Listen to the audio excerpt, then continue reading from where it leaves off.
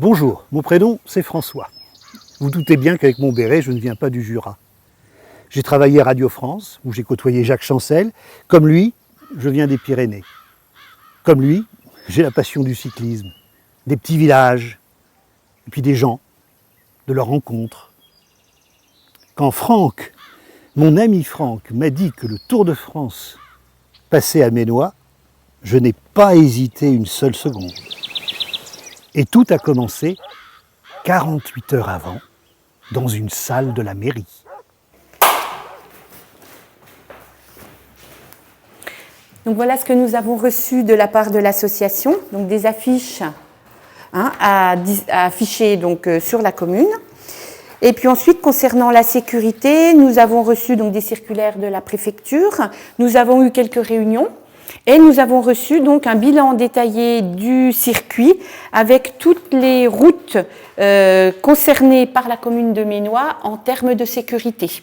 Moi, je tiens à ce que toutes les voies qui débouchent sur la route centrale, donc l'itinéraire du Tour de France, soient bouchées, de manière à ce qu'aucun véhicule, par inadvertance, ne puisse emprunter cette route à un moment ou à un autre. Donc nous avons fermé de 12h à 16h. Non, on ne peut pas travailler, les routes sont bloquées. Ça nous ferait une journée de repos parce qu'aujourd'hui on est plus que débordé, alors ça nous ferait une journée de repos. On aurait pu envoyer ici le matin, mais on allait peut-être compliqué pour les récupérer les gens. Puis nous on tient à voir le Tour de France quand même un petit peu. Surtout j'habite à Ménois, j'ai la maison sur le balcon, on pourra casser la croûte et puis voir le cycliste comme il faut. Il paraît que le Tour de France va passer à Ménois. Bah oui, parce qu'on s'est dit, est-ce que c'est vraiment vrai dans un petit village comme ça? C'est un honneur dans nos petits villages d'être honoré comme ça par le Tour de France. Jamais de ma vie et jamais, je pense, nos petits-enfants le reverront. J'ai 85 ans. J'entends parler du Tour de France par mon grand-père qui l'écoutait à la radio.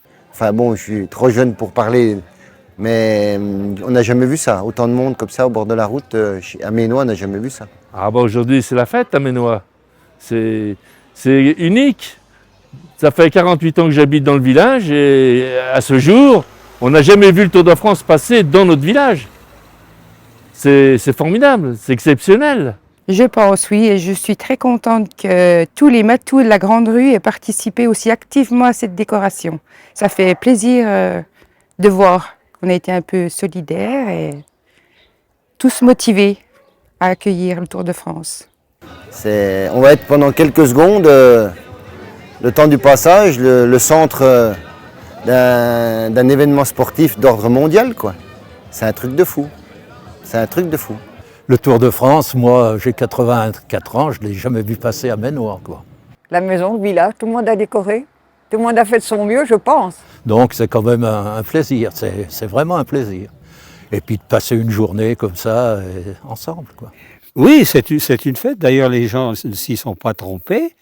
Ils ont tous décoré leur maison. Tout le monde en fait une fête. C'est un événement qui ne s'est jamais vu. C'est la première fois que le Tour de France passe sur la commune de Ménois. C'est la première fois et peut-être bien la dernière.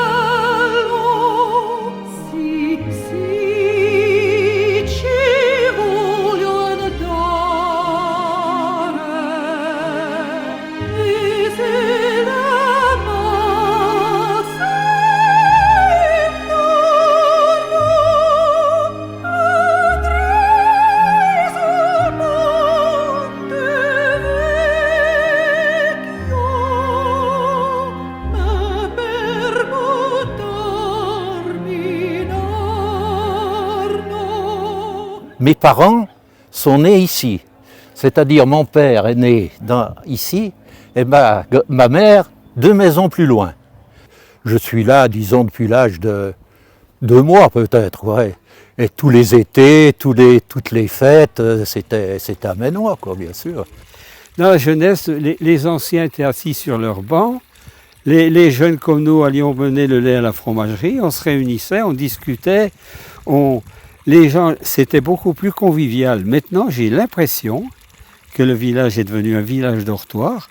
Ils rentrent chez eux, bonjour, bonsoir, si par hasard on se croise, mais ça ne va pas plus loin. On ne se parle plus, il n'y a plus de dialogue.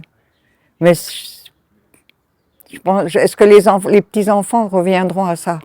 Est-ce qu'ils seront éduqués à ça? Moins sûr. J'en doute. La nostalgie, c'est aussi l'épicier qui passait. Il restait une journée dans le village avant de... Il n'y avait pas de supermarché. Le boulanger, il y avait 2 boulangers qui passaient chacun 2 fois par semaine. Ça faisait de l'animation, les gens se retrouvaient. Maintenant, c'est terminé. Nous faisions Pâques pour les enfants, le Noël pour les enfants. Et pour financer ces activités, on faisait un repas au mois de septembre de tous les villageois. Mais le Covid a bien arrêté les choses. Les gens sont un peu moins motivés, donc c'est difficile à faire repartir, malgré l'envie des villageois de revoir cette fête. Donc un repas champêtre avec des jeux au tir de corde, course de sac pour les enfants, pour les adultes également. Et on avait énormément de monde du village, mais aussi des villages alentours. Donc c'était sympa. Et j'espère que cette année, on va pouvoir le remettre en place. Eh ben, je pense justement que le Tour de France y a fait pour beaucoup. Ça nous a permis, oui, de nous retrouver un peu tous dans la rue, tous les jours, tous les soirs, à discuter, à commenter ce qu'on a fait. Donc c'est vrai que ça fait du bien. On s'est ressenti un petit peu ressoudés, on va dire. Le département nous a mis à disposition tout un tas d'outils de communication. Il faut remercier, je pense, déjà les gens du département qui nous ont apporté quand même tous les fanions, les drapeaux, les banderoles qu'on a pu dispatcher dans tout le village. Donc nous sommes allés récupérer ces outils de communication, des drapeaux, des flyers, des flammes. Et puis nous avons fait un apéritif dimanche il y a 15 jours. Nous avons invité tous les habitants du village. On a montré tous les outils de communication que nous avions.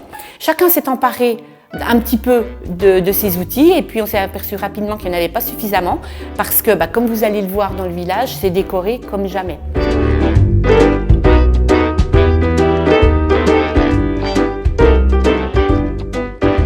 Tout le monde a fait son effort, tout le monde a participé, tout le monde a fait sa petite façon de décorer son habitation. J'utilise ton chaîneau, tu utilises ma barrière, etc. Donc voilà, tout le monde était enchanté et vous allez voir, il y a des vélos qui ont été faits, des maillots, etc. Avec beaucoup de drapeaux, tout ça, c'est joli le parcours. C'est beau, là c'est très beau.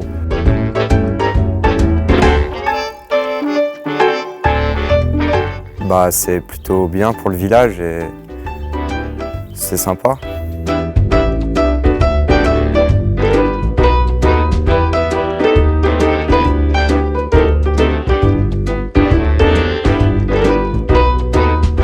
Et puis voilà, il y a eu quelques réunions, ça a créé une certaine émulation dans la commune, les gens se sont prêtés au jeu. Le village est plutôt très bien décoré et puis il y a du monde et puis tout le monde est content, quoi. Ça va être une belle journée, vraiment. J'ai fait la boucle qui fait Auneau, Arinthod, Orgelet, Ménois et j'ai constaté que quand même le plus beau village, je suis fier de le dire, était Ménois. Cette fois, c'est le grand jour et les derniers préparatifs. Chacun est à la tâche. Non, mais de toute façon, nous on bloque ici, on a une banderole et puis je crois qu'on met une voiture. Je vais aller voir vos collègues. J'ai un gendarme qui est au coin de la rue et je lui dis je mettrai mon tracteur pour barrer, pour plus de sécurité, pour éviter que quelqu'un vienne par derrière, gêner la circulation. Plus on arrive, plus l'inquiétude se tasse et puis plus la ferveur va monter. Oui, un camion est passé, il m'a jeté des maillots. Je suis fier de le porter ce maillot, malgré que je ne suis pas un bon grimpeur. Hein. Alors là, justement, on ferme pour se mettre sur le balcon. On va casser la croûte et bien regarder la caravane et les cyclistes. Eh bien, chez nous, c'est vraiment un jour de fête parce que le Tour de France passe. On a invité la famille et puis les enfants. Donc, on se retrouve une quinzaine gentiment. Chacun a mis la main à la pâte et je pense qu'on va passer une bonne journée à regarder le Tour Et puis à bien manger, puis n'en parlons pas, boire aussi, quoi. Ça, c'est obligé. C'est une super belle journée. Vraiment une très belle journée, c'est magnifique. C'est impensable.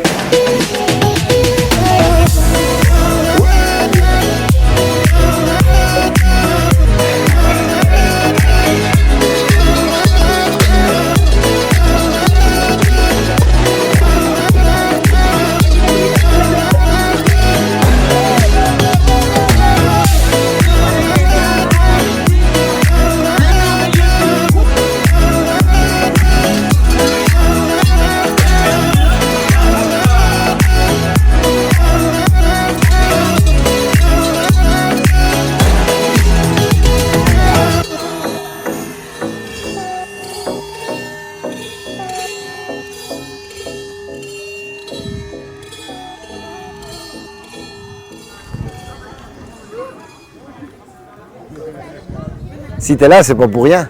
Si tu es là, c'est aussi pour figer un petit peu cette belle journée, ces jours d'avant, ces jours d'après, qui restent un souvenir dans les archives communales, et puis que ça soit, en plus de nos esprits et dans nos cœurs, ça soit aussi figé sur la pellicule, que ça reste pour toujours. Bien sûr, de grosses entrées, il y a des pâtes, il y a pas mal de choses, salades et tout. Et puis alors côté boisson, il y a tout ce qu'il faut. Alors là vous savez, je ne pense pas qu'on aura soif. Ah, parce que t'as pas mis un clip, toi? D'accord. On va avoir un reportage sur le barbecue du Tour de France. J'étais cycliste, j'étais licencié à Lons-le-Saunier, oui, c'est ça. J'ai fait 2-3 années au moins, on faisait 8000 km par an. Alors, tous les 2 jours, on partait en vélo. J'avais une profession qui me le permettait. Je partais le midi, entre midi et 2 heures. On était au calme. J'étais fonctionnaire, alors c'est pour ça que je pouvais partir faire du vélo un petit peu. Et puis surtout le soir, on tournait le soir, on faisait des grandes randonnées le soir. Je ne suis pas un spécialiste du vélo. J'ai un petit vélo électrique, mais parce que bon, quand on est malade du cœur, on ne peut pas trop faire du vélo comme ça, quoi. Bobet, Antil, tous ces gens-là. Il y en avait un qui courait, on avait un ami qui avait son cousin qui courait. Devenait. Avant, c'était Bartali, Gino Bartali, je me rappelle, Coppi, c'était Bobet, Hinault, enfin, oui, tous les grands cyclistes, quoi. Est-ce qu'un jour il y aura un champion aménois? Peut-être. Pourquoi pas? Peut-être. On va espérer. Est-ce que vous pensez à quelqu'un? Non. Ça serait trop ambitieux de le dire. Le fils de Franck Péan, qui a de réelles capacités, que je suis le mieux que je possible, et à qui je souhaite une très très brillante carrière pour le travail qu'il se donne ainsi que Franck. Il est vraiment, en ce moment, il est vraiment accro de son vélo. Bah là, je suis plutôt grimpeur, on va dire, parce que je suis plutôt léger, mais je préférerais être puncher ou pour faire plutôt les classiques. Il est là, il tourne du jus à la bite juste avant derrière. D'accord. Ah oui! L'écart est déjà d'1 minute 16. Quelques kilomètres à peine. Encore reste de voir ces équipes rouler quelques kilomètres avant d'arriver à la conclusion que ce ne sera pas possible. France est passé, mais trop rapidement.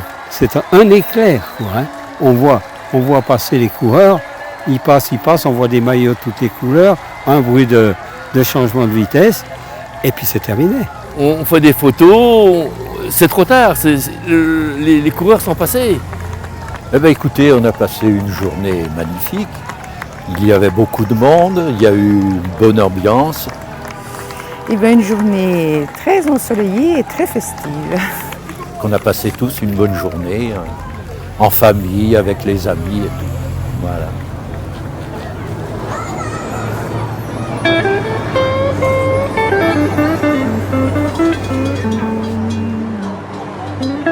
Ça crée vraiment une émulation et voilà. Et c'est ce qu'on cherche à remettre en place.